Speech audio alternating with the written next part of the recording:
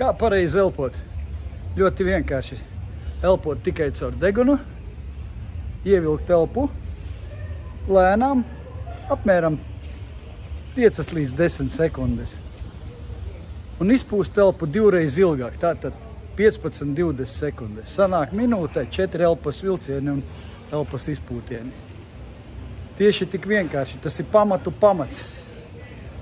Protams, var iet uz dažādiem treniņiem un maksāt lielas naudas par dažādām gudrām sistēmām, kuras palīdz jums nostiprināt veselību, jebkura aktivitāte, ko jūs darat ar sevi, būs laba.